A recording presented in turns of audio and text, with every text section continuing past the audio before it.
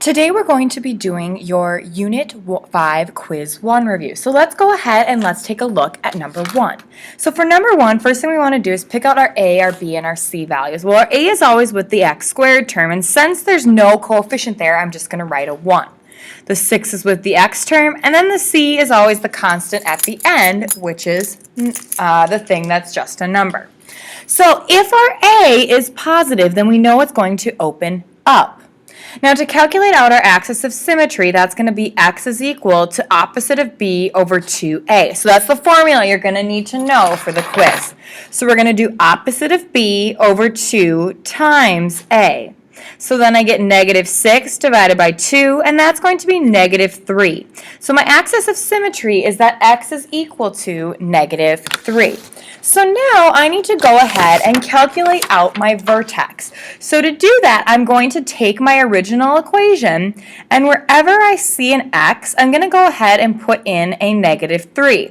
Now notice that I put in a negative 3 in parentheses. That's really important, especially when you are squaring it.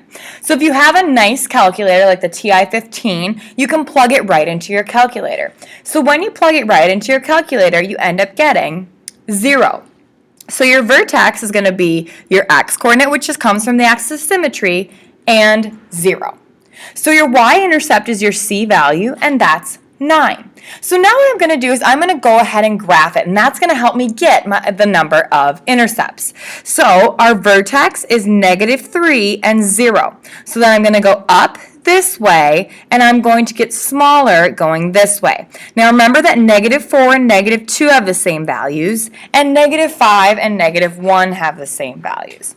So now let's go ahead and let's take a look at plugging in that negative 2. So again, wherever I see an x, I'm going to put in now a negative 2. Again, those parentheses become really important, so make sure you're using them. Okay?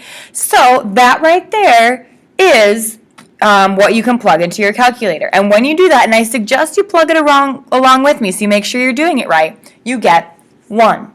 So now let's go ahead and let's take a look at plugging in negative 1. So I get negative 1 squared plus 6 times negative 1 plus 9. So plugging that into your calculator, you're going to get 4. So now what I want to do is I want to plug that in and graph it. So my vertex is negative 3, 0. So I'm going over 3 and up 0. Then I'm going left 4 and up 1, and also left 3 and up 1. Then I'm going left 1 and up 4, and left 5 and up 4. So that gives me my U-shaped parabola, and I can go ahead and put that on my graph. Next, now taking a look at number 2, or I guess this would be number 3. Sorry, I'm looking at the wrong sheet. 4. Number 3, what we're going to do here is we are going to go ahead and calculate this. So we have opposite of b over 2a. So I'm going to do opposite of b over 2a. So then I get 2 divided by negative 2, and that's going to be negative 1. So the x-coordinate of my vertex is going to be negative 1. So I'm going to write that in there.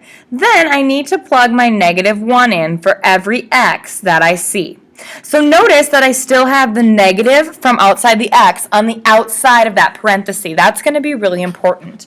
So then you're going to calculate negative 1 squared, and make that negative, minus 2 times negative 1 minus 3.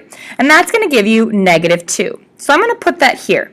You're going to get bigger going up this way, and you're going to get smaller going this way. If you flip it around, it'll still do the same thing. So what I'm going to do first is I'm going to plug in 0. Now remember that when I plug in 0, that also gives me the answer for negative 2. Okay, so when I plug that in, and make sure you're plugging it along with me, make sure you're comfortable doing it, you end up getting negative 3. Okay, so that's your final answer for that one. Now let's go ahead and let's take a look at plugging in 1. So then I'm going to put 1 wherever there was an x. Again, keeping that negative on the outside. That's going to become really important. So then I end up getting negative 6. So now we're ready to graph this. So what we're doing is our vertex is going to be left 1, down 2. So I'm going to plot that point.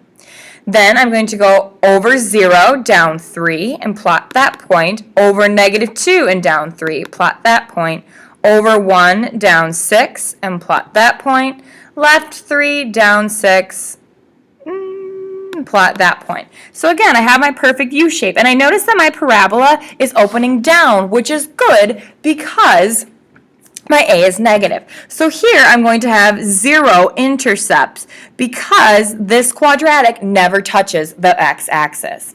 Now let's take a look at this next one here. So I'm going to do opposite of B over 2A. So I'm going to do, oops, that's the same one. Okay, well, you guys can go ahead and skip. Let's do this problem instead. We're going to do y is equal to x squared plus 4x. We're going to go ahead and calculate out that one instead. Okay, I know that's different from your sheet. So we're going to do opposite of b over 2 times our a. Now in this specific equation, we don't have a c value. Now that means that our c value is going to be 0. Oh, I just copied the same one twice. Good for me. So you do have this one. Like how I talk to myself? So negative 4 divided by 2 is going to be a negative 2. So I have negative 2, and then I'm going to go ahead and plug in that negative 2. So wherever I see an x, I'm going to plug in a negative 2. Now, when you plug that in, you end up getting negative 4. So we're growing this way and shrinking that way. Again, if you flip-flop it, that's okay. So now I'm going to go ahead and plug in negative 1. So wherever I see an x, I plug in a negative 1. So I get negative 1 squared plus 4 times negative 1. So I get negative 3 up here and negative 3 here. Now I'm going to go ahead and plug in 0. So I get 0 squared plus 4 times 0. Again, make sure you can calculate this out on your own. If you can't bring it up to me, let's take a look at it. Okay? So now we end up getting 0 here and here. So let's go ahead and graph that. So we're crossing our vertex is going to be at negative 2 and then down 4. So our vertex is at this point right here. Then our next point, we're going left 1, down 3, as well as left 3, down 3. And plotting that point, I just shrunk this. Then what we're going to do is we're going left 4 and up 0, and over 0 and up 0. So now I can go ahead and I can make this really big. Okay? So that's my final answer for the graph. Now I notice that I'm crossing the y-axis or the x-axis twice. So I have 2 intercepts. And whenever x is equal to 0, that's going to give us our intercepts. So our intercepts then are 0 and negative 4. That's where it's crossing the x-axis, which is where y is equal to 0. Okay, so next, let's go ahead and let's take a look at number 5. So we want to find the minimum cost. So a car dealership has modeled a monthly operating cost for car maintenance by working that function there, where y is the total cost in dollars and x is the number of cars worked on. So what I'm going to do is calculate out the vertex and axis symmetry. So I'm going to get opposite of b over 2 times a. Well, the first thing I'm going to do is multiply 2 times 2.5. So then I get 10 divided by 0.5. Well, 10 divided by 0.5 is actually the same as 10 times 2. So that's going to give me 20. So then I get 0.25 times 20 squared minus 10 times 20 plus 150. So you're going to go ahead and type that in your calculator. Again, make sure that's something you're comfortable with. And that's going to give you 50. So for your vertex, you get 20 and then 50. Now the minimum cost comes from the y-coordinate of the vertex. If it ever asks for minimum or maximum cost, that comes from the y-coordinate. So the minimum cost they have to charge is $50. And when they charge $50, they will be able to work on 20 cars at that minimum cost. So that's what the vertex can tell you. So let's go ahead and let's take a look at number 5. So for number 5, we're using the zero product property. So all that means is we're going to take each of these factors and set them equal to 0. So x plus 3, since that 3 is being added, I'm going to go ahead and subtract 3 from both sides. So here I get that x is equal to negative 3. Then I want to add 4 to both sides, and I get that x is equal to 4. So here are my two values, x is equal to negative 3 and x is equal to 4. So now I'm going to go ahead and I'm going to set each of these in number 6 equal to 0. So for this first one, I have 3x plus 9 is equal to 0. So the first thing I'm going to do is subtract 9 from both sides. And then I get 3x is equal to negative 9. 3 times x, we're going to divide both sides by 3. And then we get that x is equal to a negative 3. So that's your first answer for that one. Then for this one, I'm going to add 5 to both sides. And I get 2x is equal to 5. Divide both sides by 2, if it'll let me.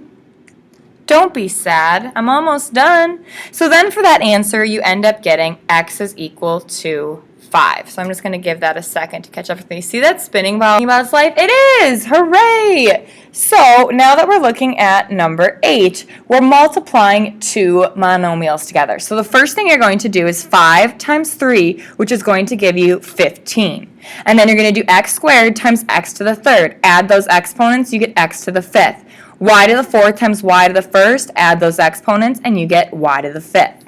Okay, so now taking a look at number 9, remember that when you're dividing things of like bases, you subtract the exponents, okay? So 8 divided by 2 is going to give me 4. X to the fourth divided by x to the third, subtract those exponents and you get x to the 1. Remember, when you're raising an exponent to the first power, you can write the 1, but you don't have to. Finally, y to the seventh divided by y to the third is going to give me y to the fourth. So that's your final answer for number 9. So that concludes your very sketchy review video for today. And go ahead and get your quiz once you're ready. Thanks for listening.